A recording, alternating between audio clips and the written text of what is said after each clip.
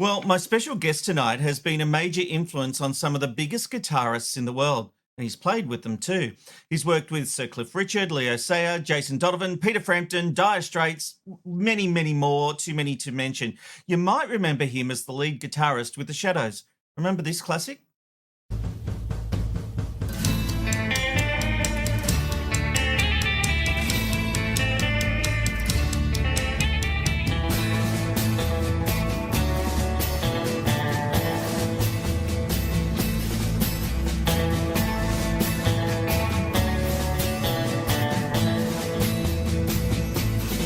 Hank Marvin, welcome to McKnight Tonight. Thank you, Rob. It's good to be here. I saw a little smile on your face when I was playing that clip. Yeah, well, do you know that was the first, I suppose, a precursor to video clips we did with a producer called Jack Good, who used to do the Old Boy Show in the UK, and he had some wonderfully new, innovative ideas. Instead of doing a straight sort of performance video, he had this idea of putting us around sitting like this, jet smoking, that kind of very almost punky little group sitting around, which was quite different at the time. That's what made me smile. But I can't believe how young we all looked. I think Bruce and I had just turned 18 or something. Well, you're 18 there, and that was in 1960, I think it was, or in the 60s at the very least. All these decades later, can you believe you're still going and you're in Australia touring? It's hard to believe sometimes, Robert. When we started, I remember Cliff and ourselves when he had his first couple of hit records, and we were talking, and he honestly thought he might be lucky if he gets maybe three hit records. And when we started getting hits independently of Cliff, we had the same view, that, oh, maybe if we get a couple, maybe three, that would be incredible. And it just went on, fortunately, and plus a lot of hit albums through the different decades. So it's been remarkable, really, more than we ever dreamed of, I guess. Well, you've mentioned working with Sir Cliff Richard. He had a number of number one hits, including Living Doll. What was it like being part of his world at the height of his fame? It was interesting because we were in from the beginning. When he literally was just starting out, we did his first professional tour with him. And we recognized straight away when we started working together that he had something different. I mean, he had an amazing appeal to audiences. And that success came pretty quickly. But you mentioned Living Doll, and that was interesting because we were recording an EP. Remember those extended play records? Yes, I do indeed. I'm old enough to remember. And Living Doll was one of the tracks, and that was written by a guy called Lionel Bart, who wrote the musical Oliver and a few other hit songs for Tommy Steele. Right. But the original version of Living Doll sounded like a rip-off of King Creole. It actually went, ding, ding, ding, ding, got myself a crying, talking, sleeping, walking, living doll. It was that sort of, and we thought, hang on a minute, this is too like King Creole. And so Bruce was fiddling around his guitar, and he just started strumming in this very ding, ding, ding. So what about just changing it completely and doing it like a little sort of country style thing? And we thought, okay, let's do it that way. And we had no illusions of this, or delusions as it turned out, of it being a hit record. And when Norrie Paramore, our producer, decided to release it, both Cliff and ourselves, we were dismayed because we thought of ourselves as a rock and roll band. But no, this is awful. What are you doing? Anyway, he said, no, look, I've played it around. He said, it's a fantastic reaction. So they released it, and we were on tour at the time. And I remember Jet Harris, Bruce, and myself going into a record store in a place called Blackpool in England. And the guy recognized us. I said, oh, we were called the Drifters. And he said, oh, you're the Drifters, blah, blah. He said, he said, this new record you put out with Cliff. He said, I can't get enough. It's just charging out the shit. He said, this is going to be number one next week. We said, you're kidding. He said, no. And that was, I think, a big breakthrough for Cliff from being classed just a teen pop star with rock and roll to what we used to call the mums and dads. Suddenly everyone loved Cliff and ourselves because they thought we could actually sing and play, whereas before we were just a bunch of greasy rock and rollers. Well, you certainly became very family friendly through at that time. So Cliff Richard's an interesting guy. I have worked closely with, I don't know if you know her, Bonnie Lithgow, who is a good friend of Sir Cliff Richard's. Yes, I know who you mean, yes. Yes. And she has done interviews with a show I produced called Studio 10 with Sir Cliff. He went through a very tough time in the UK, didn't he? You know, they made these allegations which were proven to be false. The BBC did live choppers. I mean, and my understanding is he's become a bit of a recluse after all that. Do you still have contact with him? Oh yes, yes. Occasionally, we So contact you're each. there, where is it? In Spain, is it? Where he's got his tennis courts and everything? That used to be Portugal. Yeah, Portugal, I that's think the he might have one. sold that place. I'm not sure. He's spending a lot of time in Florida. He has a place in Florida. Right. But he contacted me a little while ago to invite me to Wimbledon, but unfortunately I wasn't able to go. We could have sat in the roll box together, but and pretended we were royalty. He seems like a very loyal guy. Yes, he is. Look, the interesting thing about the relationship we had from the word go with Cliff, it wasn't Cliff and some kind of backing musicians that were separate from him. He treated the whole thing as if we were a five-piece band. So we used to hang around together, we'd write songs together, we'd go out together, and of course we'd work together.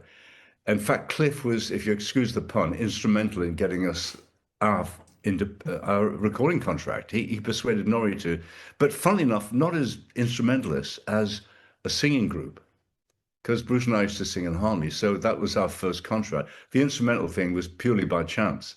And I'm happy about that one, I can tell you. Because if you've Well, heard this is us, the thing. You've had your own career as the lead guitarist for the Shadows. You've had a string of your own number one hits. Let me ask you this. What happens when a young man or a man so young finds so much success at that age? Do you lose sight of reality? it can happen very easily. And to a degree, I've seen it with other people very much so. It didn't happen so much with us because the reason being we had several things. We had a really good manager that we got from the word go for the Shads, a guy called Peter Gormley, who, funnily enough, was Australian and sadly died a while ago with cancer, but a wonderful man who was almost like a second father to us. And then Cliff saw how well he was managing us, and he went with him also. And we had touring personnel, tour managers who were much more experienced, older than us, who really kept us under control, you know? I remember one time Bruce was in a bit of a state with something going on, and he said to one of the tour managers, he said, "Listen, man, I'm a star." And the tour manager turned around and said, "Well, twinkle, twinkle." And All we right. all fell apart, including Bruce. So I think for the most part, we were kept with our feet on You the were kept ground. grounded. Yeah. Now, Hank, when you're down at the pub, you meet someone. What is the best showbiz story you love to tell? Oh, gee. Well, one, I don't normally go to pubs, but not to say You know what I mean. When I you're haven't been. when you're around the pool, whatever. Yeah, showbiz stories. Um, Actually, story that I like very much concerned our first trip to the USA. We played right across the USA and Canada, and in one of those big American package tours they used to have in the late 50s, early 60s. The biggest show of stars, 1960, you know, and Bobby Rydell, Frankie Avalon, Clyde McPhatter, the Drifters, the Isley Brothers. Oh, it was full of it. And we were the special guests from England. And it was fantastic because the reaction we got almost everywhere was really big. And we were so impressed with that. But when we got to Lubbock in Texas, and for some of your listeners who remember Buddy Holly, Yeah, Lubbock we was do. Buddy's hometown. And we had the pleasure of meeting some of the guys who sang on the early Crickets records as backing vocals and Buddy's father. But I was standing on the stage uh, after a sound check, just checking, and I had the red Stratocaster there with the glasses and everything. And I saw this tall, older man standing watching me with a kind of, I don't know, the look he had in his face was quite emotional in a way. And he walked, and this was almost a year to the day after Buddy's death in the plane crash. And he walked over to me and he said, "Son," he said, "I'm Buddy Holly's father." I said, "Oh, pleased to meet you." He said, and then I realized why he was so interested in talking to me. He said, "Could you get me Cliff's autograph?" That That is not where I thought that story was going.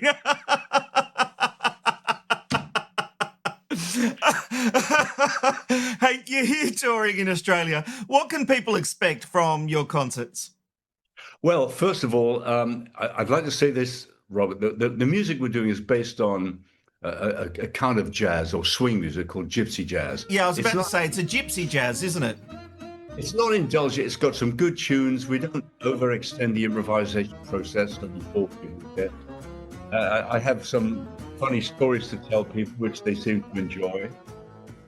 And we found what is so rewarding for us is that a lot of the audiences who come to see us, they come obviously because of my history, and they're not quite sure what we're going to do. But the wonderful thing is they love it. We've had so many people write letters and come up afterwards and say, "This is fabulous music. Why have we heard this before?" So we're having a great time with the audiences, and we do, funnily enough, include a couple of shadows pieces in Great. this. We do a thing called Niv Round, which was on the first Shadows LP. And that was, although an album track, was always a bit of a Shad's favorite. And that's a slightly sort of swing feel with harmony guitars. Then we do a new version of Guitar Tango, which coincidentally was also recorded using acoustic guitars, except these are gypsy guitars. So we do a slightly different arrangement, different intro. The main tune is the same, obviously. We don't mess around with that too much. And then we add something at the end. And that goes really big with the audiences. So we're very happy about that. Oh, fantastic. Well, I believe you're in Perth as we talk tonight, but you're I about am. to head to the East Coast this week. And on Friday, you will be at the Harmonica German Club. Then on Sunday, it's the Lounge Club, the Lounge at the Concourse in Chatswood. Wednesday, the 24th, you are at the Flamingos Live in Newcastle. And Thursday, the 25th, you are at the J Theatre in Noosa. For more information, you can just go to hankmarvingypsyjazz.com, and there will be more dates. You're actually doing more in the coming weeks after that, but Yeah, that's what's happening in the next week or so. It that's sounds right. like it's going to be a great series of concerts. Oh, look, it's fun for us to do this. They're small venues, and it works really well with this kind of music. And what I like about it is you've got a much more intimate atmosphere, and you feel you can really engage with an audience a bit more easily than bigger venues. Um, and there's something about it. You almost feel you're in someone's living room playing for them. It's got a really wonderful, intimate atmosphere. I'm looking forward to it. Well, it sounds fantastic. Hank Marvin, you are a legend. It has been a real pleasure talking to you. Thanks for joining us on McKnight Tonight. Oh, look, it's been great to talk to you, Robert. Thanks so much, and all the best to you and your listeners. Thank you. Cheers.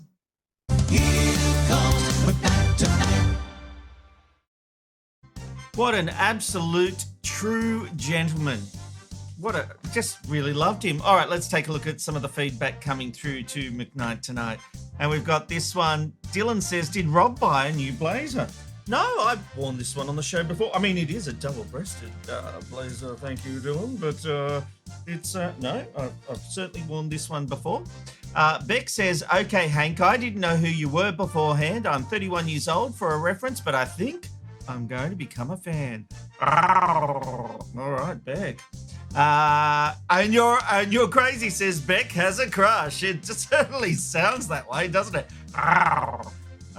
Gareth D says, I love that veteran artists like Hank still tour. We all get to an age where we wonder whether we'll be able to see our favourite bands and singers again.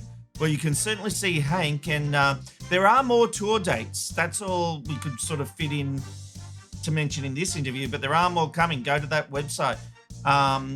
Radio Notes says, perfect chat. Thank you, Radio Notes. That's very kind of you. Own Your Crazy says, where is Amanda's microphone? It's actually sitting there. I just haven't plugged it in. And Beck says, Rob, I forgot how many people you know. You're incredible, mate. You are incredible, and I mean that with the utmost respect. Thank you, Beck. That's very kind. And I just want to mention that again. For more information on Hank's tour, just go to hankmarvingypsyjazz.com. hankmarvingypsyjazz.com. Or Google him. If he's anywhere near the Gold Coast or Brisbane, I'll certainly be going.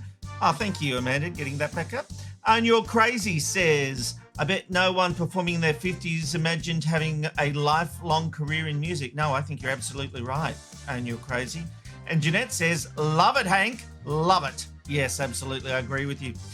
Gareth D says, we need a book written about those early years in the swinging 60s, stories about Cliff Richard, Hank, Bruce Welch and his fiancée at the time, Olivia Newton-John.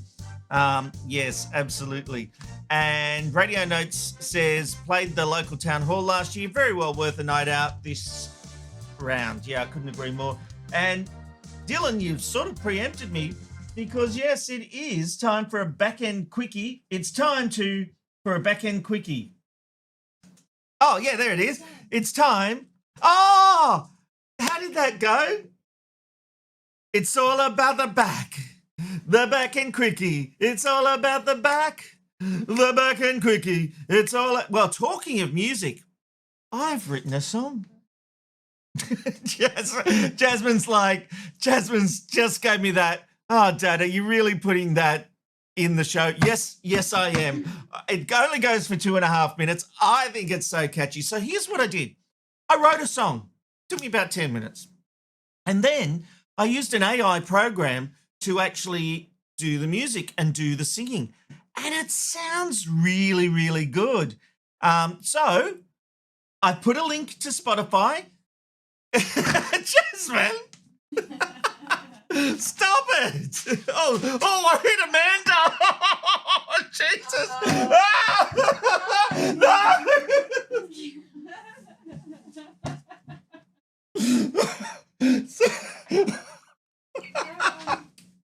All right.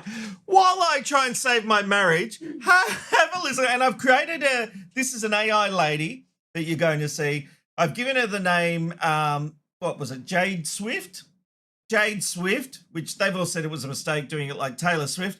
And this is the premiere of I Don't Wanna. I don't wanna think about that now. I think about it tomorrow. But when I'm thinking about that, I won't be thinking about you. Right from the start, you broke my heart. Love never seemed to bloom. I looked at you, but you wanted her, and I knew our love was done. I don't wanna think about that now. I'll think about it tomorrow. But when I'm thinking about that, I won't be thinking about you. Then came the day she pushed you away. You were sad and all alone. I looked at you and you looked at me. It seemed that we were in the zone. I don't wanna think about that now. I'll think about it tomorrow. But when I'm thinking about that, I won't be thinking about you. Then something changed on that fateful day. You were in bed, but not with me. She had called you up and you went straight back. It's all there on your phone. I don't wanna think about that now. I'll think about it tomorrow. Oh, when I'm thinking about that, I won't be thinking about you. Now you say you made a mistake. It won't be that real bad. I don't know what I'm gonna do. I've never been this mad. I don't wanna think about that now. I'll think about it tomorrow. But when I'm thinking about that, I won't be thinking about you. I don't wanna think about that now. I'll think about it tomorrow. But when I'm thinking about that, I won't be thinking about you.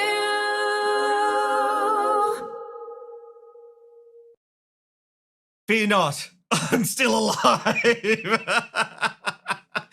I tell you what, though, my daughter's like this.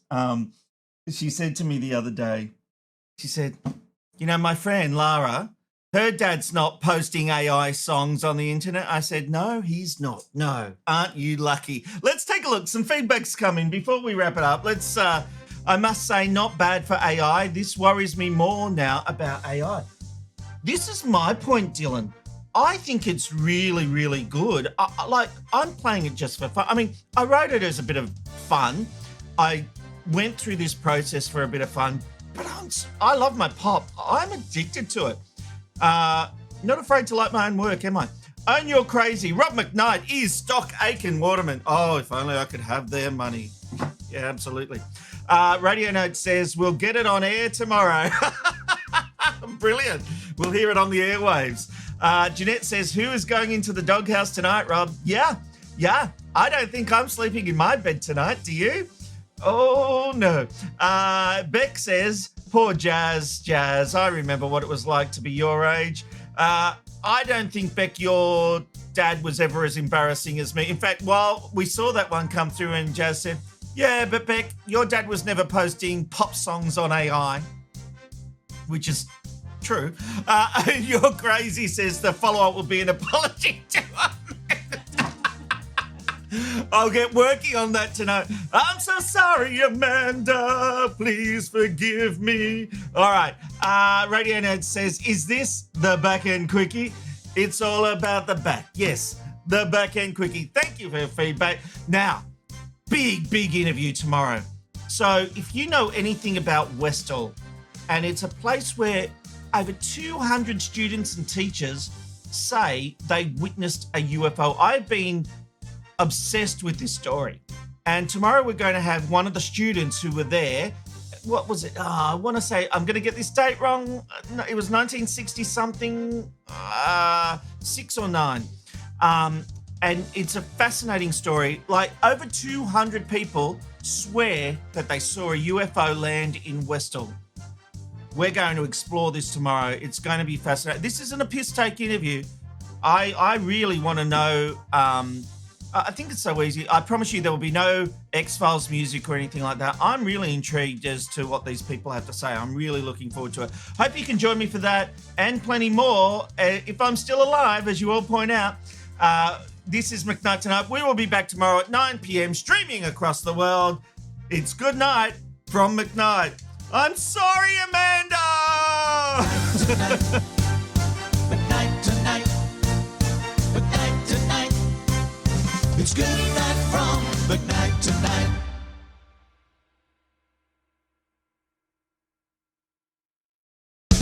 Fun, insightful interviews from a washed-up producer with nothing to lose. McKnight Tonight.